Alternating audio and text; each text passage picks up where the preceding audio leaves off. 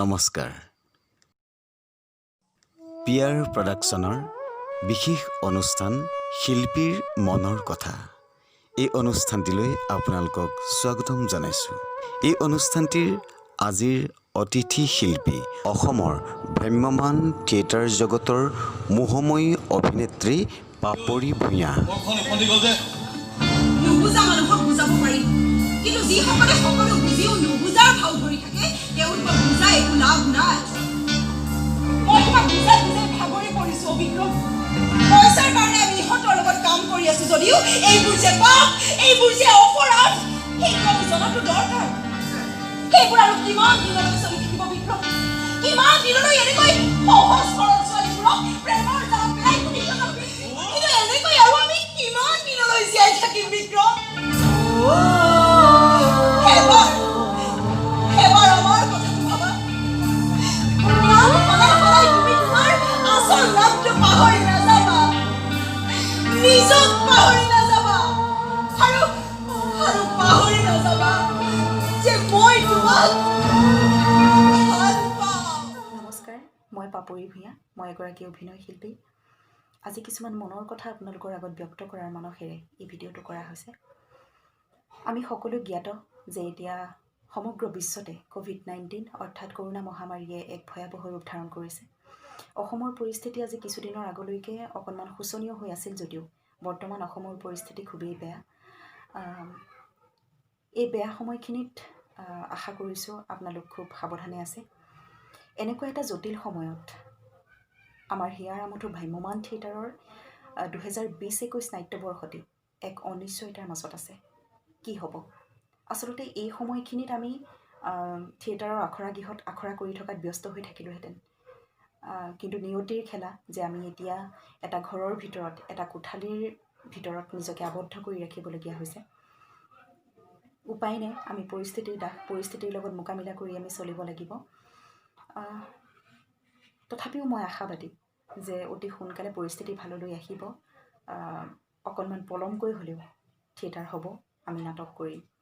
কিন্তু যদিহে থিয়েটাৰ নহয় তেতিয়া কি হ'ব? কি কৰি খাম আমি? কেনেকৈ চলিম? শ শিল্পী কলা কুশলীয়ে কেনেকৈ এই বছৰটো পাৰ কৰিব? এই সমস্যাসমূহৰ কিবা সমাধান ওলাবনে? মই মোৰ কথা ক'ব বিচাৰিছোঁ যে এতিয়া যদি এটা বছৰ থিয়েটাৰ নহয় তেনেহ'লে মই কিবাকৈ পাৰ কৰিম। যথেষ্ট কষ্ট হ'ব, বহুতো সমস্যাৰ সন্মুখীন হ'ম, কিন্তু বছৰটো কিবাকৈ পাৰ কৰিম। কিয়নো মোৰ ওপৰত এটা পৰিয়াল নিৰ্ভৰশীল নহয়, মই কাৰোবাক ভৰণ পোষণ দিবলগীয়া নহয়। গতিকে পাৰ কৰিম এটা বছৰ। কিন্তু মই সেইসকল ব্যক্তিৰ কথা ক'ব বিচাৰিছোঁ যিসকল লোকে কেৱল ভ্ৰাম্যমান থিয়েটাৰতে কাম কৰি 10-15টা বছৰ বা 20-25টা বছৰ তেওঁলোকৰ পৰিয়াল পোহপাল দি আহিছে, তেওঁলোকে জীৱন অতিবাহিত কৰি আহিছে। তেওঁলোকে কি কৰিব?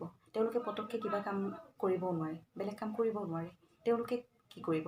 কেনেকৈ চলিব?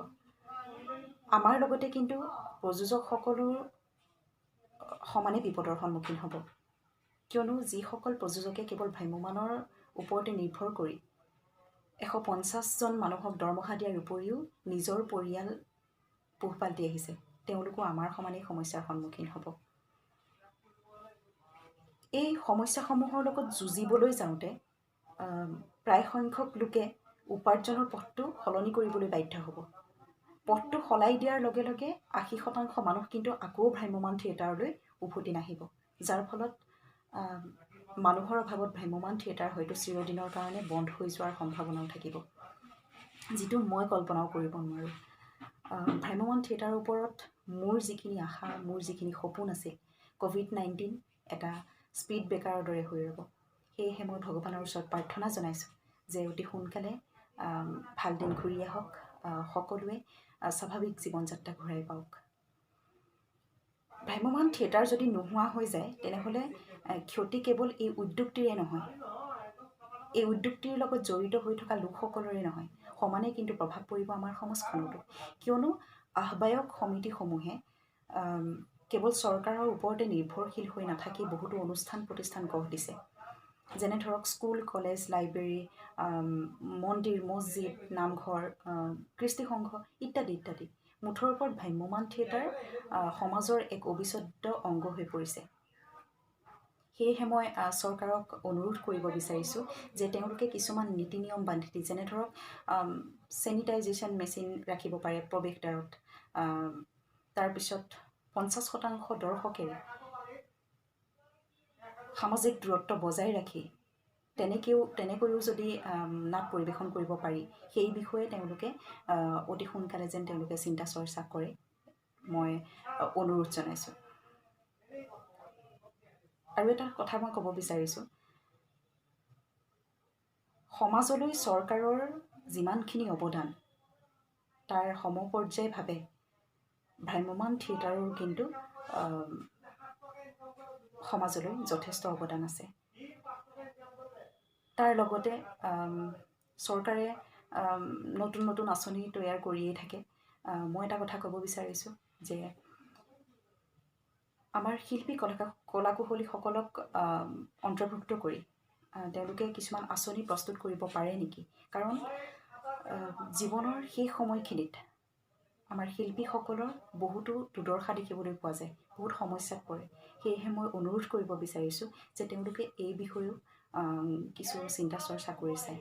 শেষত অতি সোনকালে ভাল দিন ঘূৰি অহাৰ আশাৰে ধন্যবাদ। জয়টো ভ্ৰাম্যমাণ থিয়েটাৰ।